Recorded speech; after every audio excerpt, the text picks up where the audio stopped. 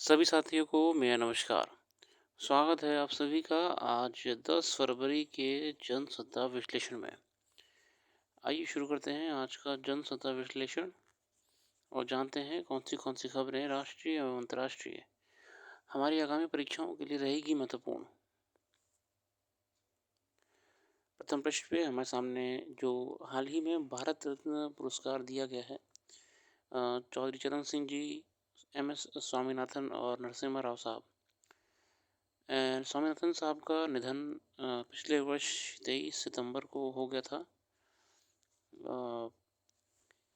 इसके अलावा हमारे राजनीति में बहुत योगदान देने के लिए नरसिम्हा राव साहब और चौधरी चरण सिंह जी को दिया गया है। इसके अलावा जो खबर हमारे सामने अगली है वो है संसद में राम मंदिर पर आज चर्चा, भाजपा सांसदों को व्हिप जारी।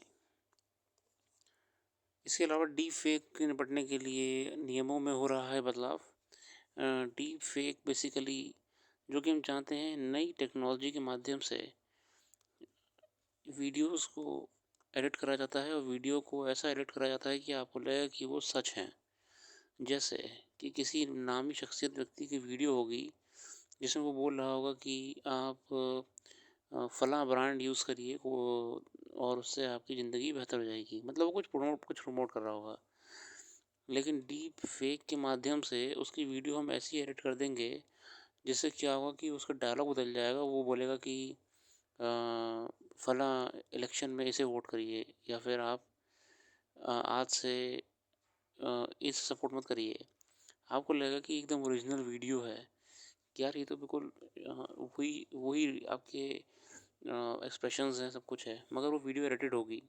तो डीप फेक बहुत ख़तरा है। हाल ही में हमारे कुछ फिल्मी सिनेमा के जगत के मशहूर एक्टर्स और एक्ट्रेसेस परेशान रहे हैं। कटरीना कैफ और आपकी रश्मिका मंदाना जी, इनकी वीडियोस को गलत तरीके से इस्तेमाल करा गया, उनको एडिट करके आपत्तिजनक वीडियोस बना के वायरल करी गई थी।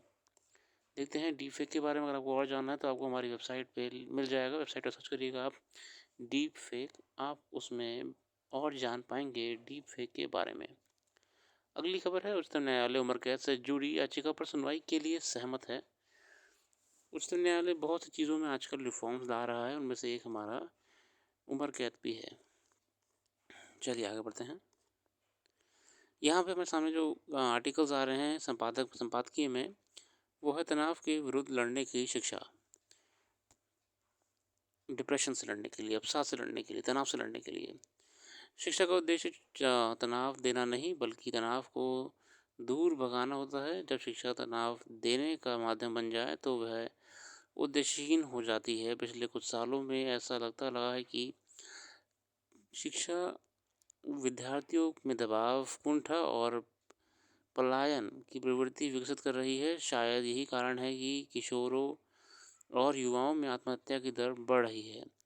पिछले वर्ष केवल कोटा में 19% विद्यार्थी ने आत्महत्या कर ली 19 विद्यार्थियों ने आत्महत्या कर ली और इस साल के पहले महीने में ही 2 विद्यार्थियों ने खुद को फंदे पर लटका दिया, जो कि विभिन्न प्रतियोगी परीक्षाओं की तैयारी कर रहे थे। समाज वैज्ञानिकों का मानना है कि शिक्षा विद्यार्थियों को चुनौतियों का सामना करना, जीवन में संघर्ष करना सिखाती है। शोषण के विरुद्ध आवाज़ उठाना और संवैधानिक मूल्यों को आसपास आत्मसात का समाज का एक सभ्य नागरिक बनना सिखाती है।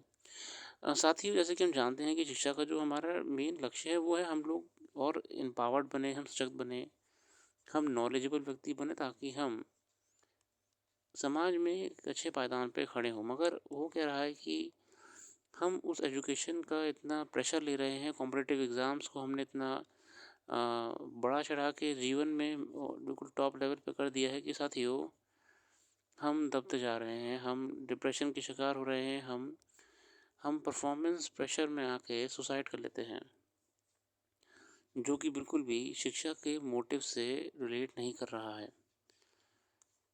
इसमें संदेह नहीं है कि जब से शिक्षण संस्थान उद्योग के रूप में उभर कर आए हैं, उद्योगपतियों ने शिक्षा को एक उत्पाद के रूप में क्रय विक्रय की वस्तु बना दिया है। जब से शिक्षा बाजार की ज़रूरतों के हिसाब से दी जाने लगी है, कहीं ऐसा तो नहीं कि बाजार के अनुरूप शिक्षा समाज की विरुद्ध शिक्षा बनती जा रही है। क्योंकि वर्तमान शिक्षा बच्चों के पलायनवाद की प्रवृत्ति को विकसित कर रही है। वे अपने पहले प्रयास में ही सफलता के उच्चतम शिखर को छूने की आकांक्षा रखते हैं और ऐसा न होने पर स्वयं को समाप्त करने से भी नहीं चूकते। इस बाजारवाद के दौर में शिक्षा महंगी और जान सस्ती हो गई है।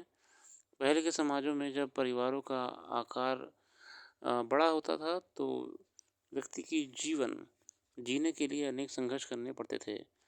तभी वे आत्महत्या के बारे में नहीं सोचते थे। हर समस्या का सामना सूझबूझ और सामूहिक प्रयास से करने की कोशिश करते थे। मगर आज की किशोर और युवा पीढ़ी मानो जीवन जीना ही नहीं जानती। इसका एक महत्वपूर्ण कारण हमारी शिक्षण प्रणाली भी है। स्कूल में बच्चे केवल प्रतिस्पर्धा करना नहीं सीखते बल्कि समूह में कार्य करना, अपनी टीम का नेतृत्व करना, निर्णय लेना, मस्ती करना, लीक से हटकर सोचना, खेलना कूदना, मित्रों के साथ व्यवहार और उत्सव मनाना, सांस्कृतिक और साहित्यिक गतिविधियों में सहभागिता करना और समाज में व्यक्त विविधता को भी सीखते हैं। साथ ही एजुकेशन तो एक जीवन जीने का तरीका है, वो जीवन खत्म करने का तरीका नहीं है। और शायद पढ़ाई या प्रतियोगी परीक्षा में सफलता की को ही जीवन और विफलता को मृत्यु समझने लगते हैं लोग, मगर शिक्षा बिल्कुल भी हमें वो सिखाती नहीं है ना। इवन देखिए जो हमारे अफ्रीका में वाइट आपको जो रेवोल्यूशनरी नेल्सन मंडेला साहब थे जिन्होंने बहुत क्रांति लाए अफ्रीका में, उन्होंने कहा था कि शिक्षा सबसे शक्तिशाली हथियार है जिसे आप दुनिया को बदलने के लिए उपयोग कर सकते हैं। देखिए एजुकेशन के होने से हम समाज में क्रांति ला सकते हैं। अगर हम समाज में क्रांति नहीं ला पा रहे तो कम से कम हम अपने जीवन को बदल सकते हैं, ना कि हम जीवन को अपने ख़त्म करने पर तुल जाएं, है ना। अगर ऐसा है तो फिर अधिकतर शिक्षक व्यक्ति ही आत्महत्या जैसे कदम क्यों उठाते हैं। आज के समय में ज्ञान और शिक्षा का जितना अधिक विस्तार हुआ है, ऐसा लगता है कि युवाओं में चुनौतियों का सामना करने या संघर्ष करने की क्षमता भी कम हुई है। वे बहुत जल्द हार मान जाते हैं। इसलिए ज़रूरत तो है कि सरकार, प्रशासन, शिक्षक, बुद्धिजीवी सभी पाठ्यक्रमों और शिक्षा नीति का निर्माण करते समय इन सभी पक्षों पर गंभीर चिंतन करें और बाजार की मांग या ज़रूरत के अनुरूप नहीं। मेरे साथियों, हमें ज़रूरत है कि हम स्कूली लेवल पे, कॉलेज लेवल पे एवं शिक्षण संस्थाओं में साइकोलॉजिस्ट को रखें और साथ ही साथ साइकोलॉजिकल सेशंस रखवाएं। हफ्ते भर, सप्ताह में साइकोलॉजिकल सेशन रखवाएं जिससे हम बच्चों को ओरिएंटेशन दें, हम मोटिवेट करें कि वो लाइफ की पॉजिटिविटी की ओर देखें, लाइफ में उम्मीद की किरण की ओर देखें।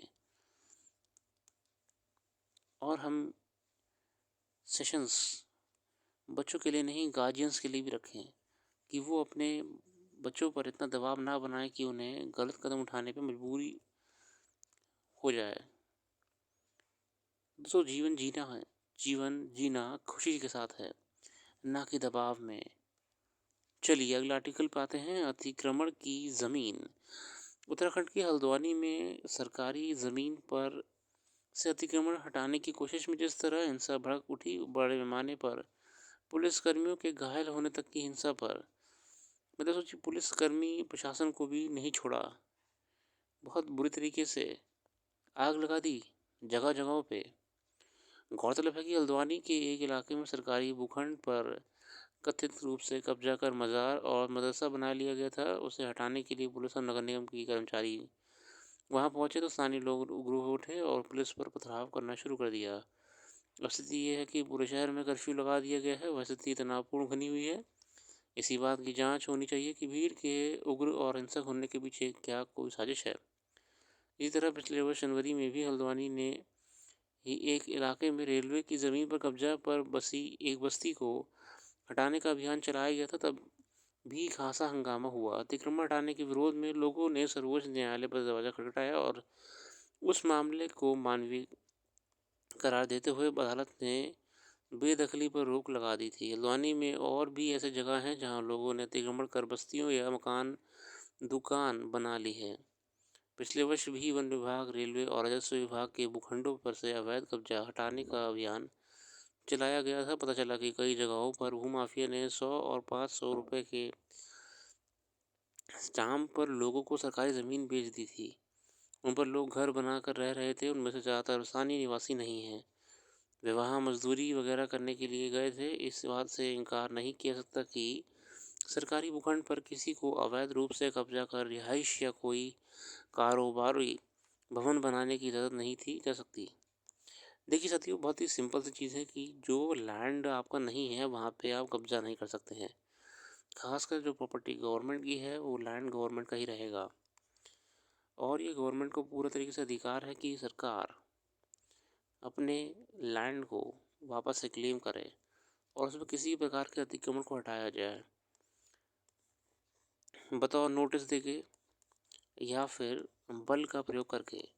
कानून ये सुविधा प्रोवाइड कराता है कि बल का प्रयोग करा जाए कानून व्यवस्था को बनाए रखने के लिए, मगर जो चीज़ आसानी से हो सकती थी उस जगह है ना, हिंसा का इस्तेमाल करना बिल्कुल भी सराहनीय नहीं है। आप प्रॉपर कोर्ट जाते, एक और बार आप कोर्ट में अपना केस लड़ते और प्रशासन को पीछे कर देते, मगर अगर आप हिंसा चुन रहे हैं तो हिंसा सही हथियार नहीं है।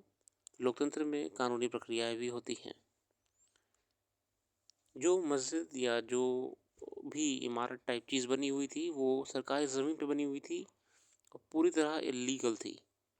उस चीज़ को एक नया रूप देके जो हुआ घटना, ये निंदनीय है। आगे आते हैं अपराध और दुस्साहस। ये मुंबई में घटना हुई है जिसमें लाइव एक मर्डर हुआ है एक पॉलिटिकल लीडर का, उसको लेके आर्टिकल है, मैं उसमें नहीं जाऊँगा। आगे आते हैं। 3 विधेयकों को मिली संसद की मंजूरी। राजस्थान में जम्मू कश्मीर पंचायती राज विधेयक, संविधान, अनुसूचित जातियाँ आदेश विधेयक 24 और संविधान अनुसूचित जनजातियाँ आदेश विधेयक, मतलब बेसिकली कश्मीर को लेके बहुत से नए नियम लाए जाएंगे, उसको लेके पार्लियामेंट में पास कराए गए हैं। ठीक है, चलिए आगे हैं। बाकी आर्टिकल्स आप भी देखिएगा, खुद भी अपने आप आर्टिकल्स का अध्ययन करिएगा।